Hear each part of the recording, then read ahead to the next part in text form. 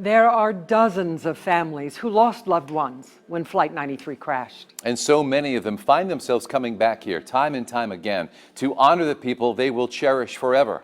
Our Sheldon Ingram talked with many family members, sharing their stories.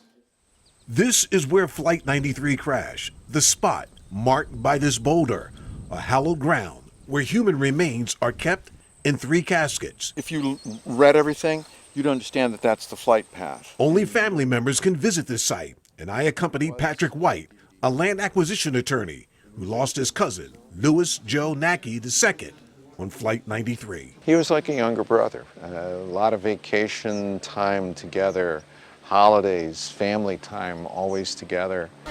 Gordy Felt was in Utica, New York, running his summer camp for children with autism when he learned about the death of his brother, Edward, a passenger on Flight 93. I got the call. Sandy said that she'd heard that Ed was on the plane that went down in Pennsylvania, and asked me if I could go down and tell my mother. You're not going to know what to say. And Debbie Borza was in a church in San Diego when she learned her daughter, Diora, died on that flight. My cell phone rang and it was United Airlines. I remember dropping the cell phone. I remember screaming in the church and crying. I remember shouting out, you know, my baby's dead, my baby's gone. In spite of their sadness, those families refuse to be held hostage by their grief and pain. Instead, they embraced the legacy of their loved ones as heroes who confronted terrorists. And they decided that they were going to do something and they weren't going to sit by and be victimized by the terror that was on board that plane. They chose to act as a group, collectively. I think it's a story that certainly is worth remembering, a story that is worthy of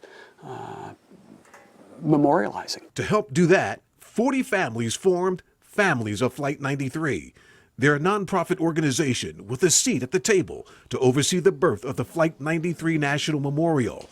They decided to bond for this project, just as their loved ones did aboard Flight 93. I treasure that because we did this with a sense of spirit. We did this with a sense of passion and heart, the same as those brave folks on the plane exhibited. Patrick White and other family members donated their time and energy to help design this memorial with the National Park Service, the National Park Foundation, and a host of other federal, state, and local agencies. They sat on the design committee, filtering through 1,100 entries. They raised hundreds of thousands of dollars, and for their passion, the project was given a $2 million gift from Universal Studios, proceeds from the movie United 93. It was multi-layered, multi-pronged, multi-year effort. And another addition is on the horizon. The Tower of Voices goes up at the entrance. It will stand 93 feet with 40 individually tuned wind chimes, one chime for each passenger and crew member. Together, that synchronicity of music, of sound, will represent the one group that they became. In this memorial, the passengers of Flight 93 have a voice and a message. The memorial is the story of American courage, determination, and ingenuity. The sacrifice of the 40 heroes is revered, their presence deeply felt, not only in their names on the wall or the photos you see in the exhibit, but in this entire land renewed.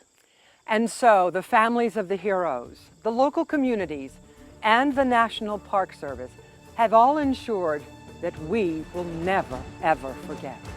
For all of us here at Chronicle, thanks for watching.